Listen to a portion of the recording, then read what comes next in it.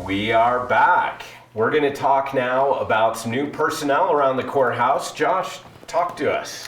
Absolutely. Well, if you've been paying attention to some of the changes at Summit County government, we've certainly seen some transitions among some of the key leadership positions in Summit County. And, you know, folks are in a position where they can go on and pursue other opportunities, and we're grateful that Summit County government is in a good position right now as we go through these changes. And so some people have been reaching out and asking some questions about, you know, what's the process? And so we wanted to share a couple of bits of information. First of all, the BOCC is working with a national firm to find an interim county manager that will step in to that role. We're aiming for mid-October, so perhaps when we have our October edition of County Connections, we may have an interim county manager in place.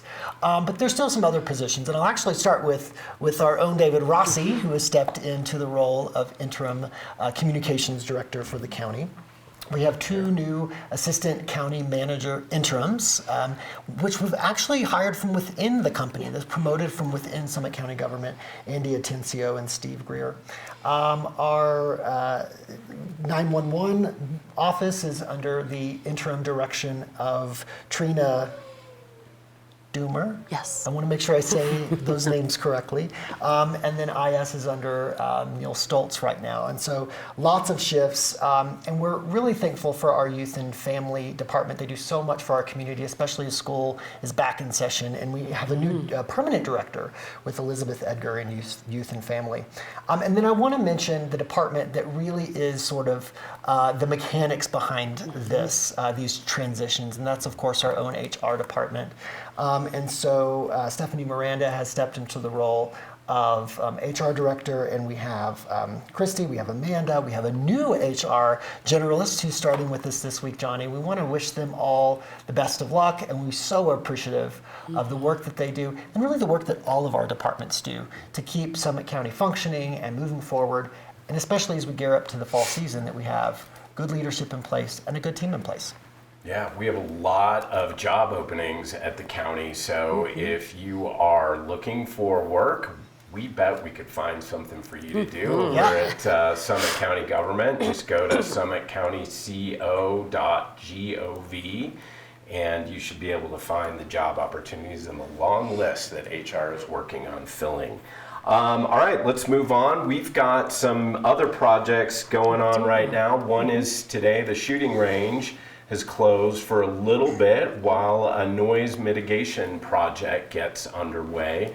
That project started off with a sound study out of concern about noise and a way to find a good balance between folks who want to use the range as well as people who just a little concerned about noise. And so we think we found a path forward. So why don't you tell us tomorrow about how that's working out? So many of you know Summit County government owns and operates the shooting range. You know, the shooting range was really put in place originally because as a safety measure, because when folks can practice target shooting or all of the other kinds of things that happen at the range, they are less likely to shoot on U.S. Forest Service land, and that means we reduce the risk of harm to those folks, but also the risk of wildfire. And so having that facility available to our community is very important to me. I think it's important to the BOCC and important to our community.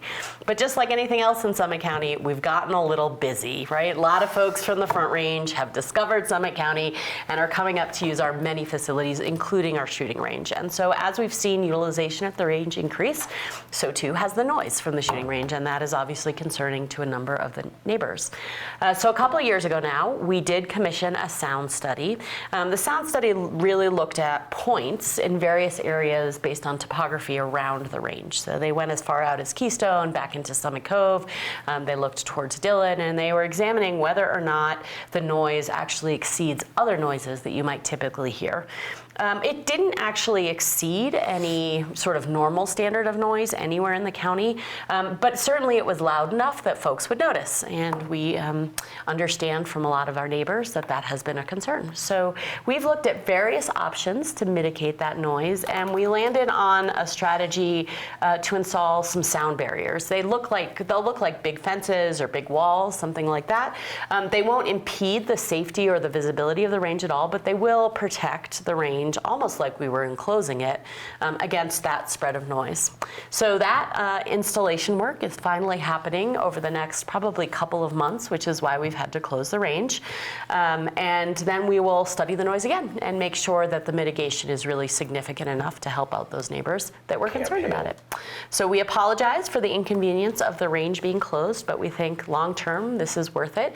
And obviously there are a number of ranges in some of our surrounding counties, and we encourage everybody to use those in the interim.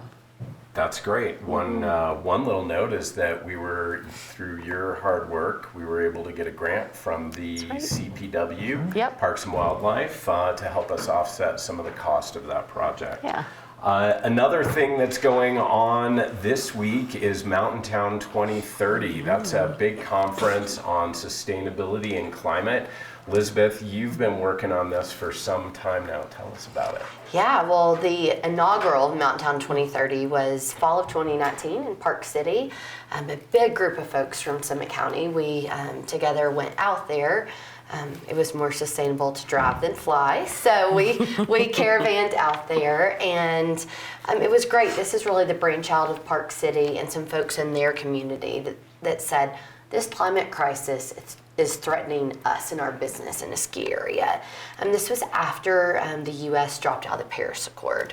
And so Park City got together and said, look, what if instead we bring mountain towns together, these people that are the very most threatened with climate change, since we're dependent on snow, right? And lower temperatures, and said, what if we bring these folks together and come up with our own Paris Accord, our own way of doing things.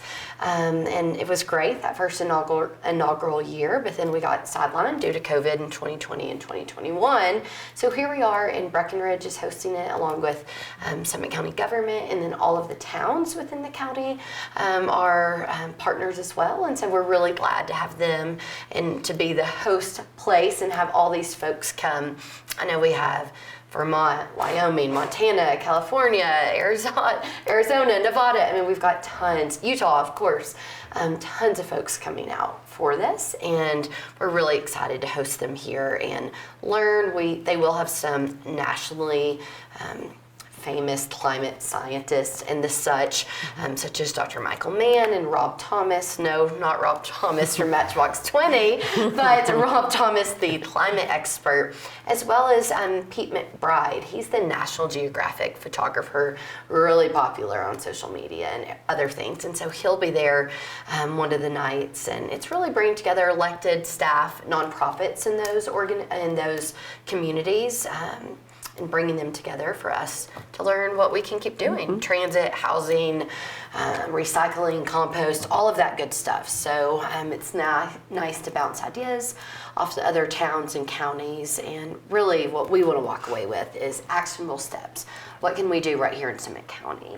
And I would say that this, the first one, really helped us put a new lens on everything and how we make decisions going forward. That's fantastic. You guys have certainly been working quite a bit on the impacts of climate change and what we can do from a policy standpoint here in Summit County to reduce that. So that is going to be a great time. A couple more events are coming up. Josh, you've been working on one around water. Talk to us a little bit about this symposium, a County 101, and take it from there. Absolutely. You know, the Colorado River and the Colorado River District is certainly in the news pretty frequently, especially locally and even within the 7-state Colorado River District region. But it's happening nationally. Folks are talking about these issues all across the United States, and it certainly impacts us in Summit County. And so, working with our Colorado River District Rep, Taylor Hawes, we came up with this idea of doing really what you described, which is a Colorado 101 for Summit County locals. This is going to happen on October 11th in the evening around, I believe we set 5:30 to 7. And the goal of this is really to give folks an update on what's going on with the Colorado River District, what's going on with the Colorado Water Plan, and what are some local organizations and resources so that folks can engage, they can feel confident about being a part of the solution, making comments to the state or through the proper channels, and participating in some local conservation programs. And so we're working with our partners at Blue River Watershed, HC3, and some of their water conservation programs. Taylor will be here, and we're working with our Water Commissioner, Troy Wineland. And so it should be a really interesting panel for folks to get sort of a broad understanding of what's happening, but also understand what's happening here in Summit County. So that's October 11th. It's at the Community and Senior Center. More details to come, but the whole community is invited. Come on out, learn a little bit about what's happening with the Colorado River. Sounds great. Yeah. Tamara, there's something that's near and dear to Summit County's heart around mental health and substance use issues on Thursday. Tell us about what's coming up. Well, I don't know if I would say it's near and dear to my heart, but certainly fentanyl is a crisis that is affecting our community and communities across the country. The challenge with fentanyl is it's a little like rolling the dice. You just don't know what you're going to get. It could be fine for one person, and it could result in death for another. And so as a parent, it is important to me that our kids get access to the information they need to make really good decisions that we know they're going to be faced with, whether we like it or not. So this Thursday night at the high school, there's an event called Let's Talk About Fentanyl. It's designed for families, parents, and their kids. Everybody's welcome, though. It'll be from 5:30 to 7:30 at the high school. Dinner will be served, and it is really an opportunity for folks to get the facts on fentanyl. When something is as talked about as fentanyl is right now, and I think it's easy for us as parents not to know what's true and what's not true. And so this is really an event that's designed to answer questions for parents. And it is sadly never too early to start talking to your kids about drugs and alcohol, substance use disorder, and many of the mental health challenges that we see in our community. So I hope folks will join us for that. You'll also learn where Narcan is available in the county, and that's obviously used to prevent overdoses should one occur. And it is recommended as a best practice, particularly I think for parents who may encounter youth that have ended up in that unfortunate situation.